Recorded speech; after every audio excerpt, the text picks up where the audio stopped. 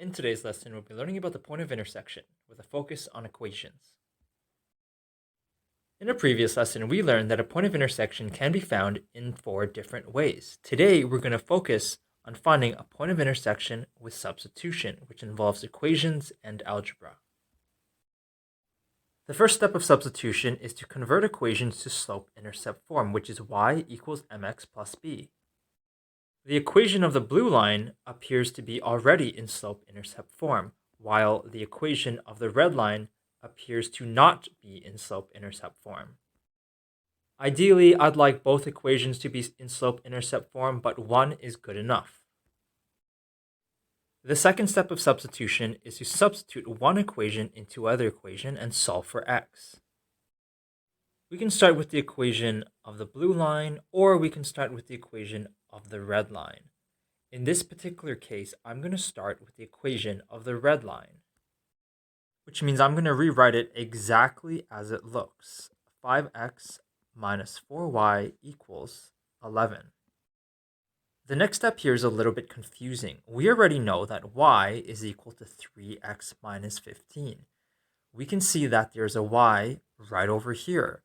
What I want you to do is I want you to replace this y with 3x minus 15. When you do this, the 5x will stay exactly the same. The minus 4 will stay exactly the same.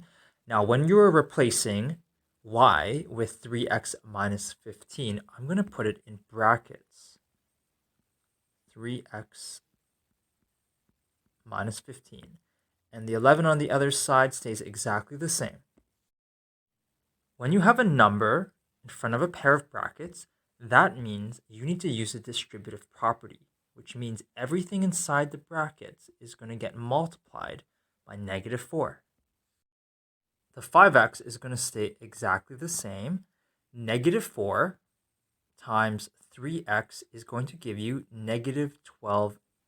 Why is it negative? Because a negative times a positive gives you a negative number. Next, we're going to multiply negative 4 by negative 15, and that is going to give you positive 60. Why positive 60? It's because when you have a negative times a negative, that will give you a positive. And the 11 on the other side stays exactly the same. At this point, we want to look for like terms. Positive 60 and positive 11 are like terms. Positive 5x and negative 12x are like terms as well. Like terms like to be together, and we like to keep variables and numbers on separate sides of the equation. You'll notice that 5x and negative 12x are already together, but positive 60 and positive 11 are separated. So I'm going to move positive 60 to the other side of the equation. The 5x and the negative 12x are going to stay exactly the same. The 11 is going to stay exactly the same. Now, when you move a term to the other side of the equation, it becomes the opposite. So it is no longer positive 60, it is now negative 60.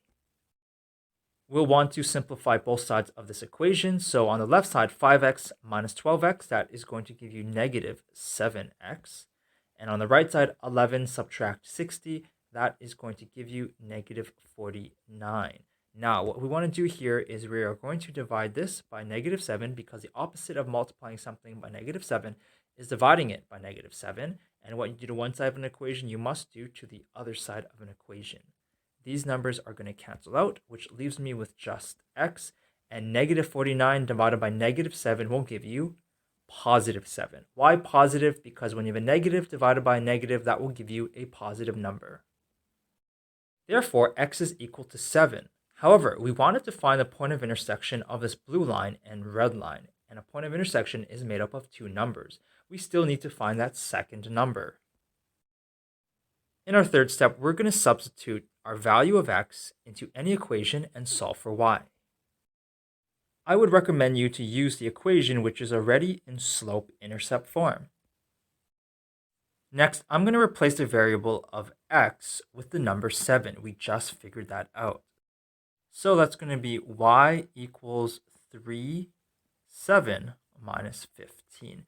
Now that looks a little bit strange. That looks like 37, but there's actually a multiplication sign between these two numbers. We'll want to follow BEDMAS here, which means doing multiplication before subtraction. So this is going to be y equals 3 times 7, which is 21, subtract 15. In my next line of work, I'm going to take 21 and subtract 15, which is going to give me 6. Therefore, y is equal to 6. Earlier, we found x was equal to 7, and now we've found that y is equal to 6, which means we have enough information for our point of intersection. In our fourth step, we want to state our solution as a point. We know that x is equal to 7, and we just figured out y was equal to 6. Therefore, the solution, or point of intersection, of the blue and red line is 7 and 6. The very last step of substitution is to check your solution with the left side equals right side check. We're not going to cover that in this lesson. I've gone ahead and graphed our blue line and our red line. The two lines meet right over here, which makes 7 and 6 the point of intersection. And these are the same numbers that we got through algebra and using equations.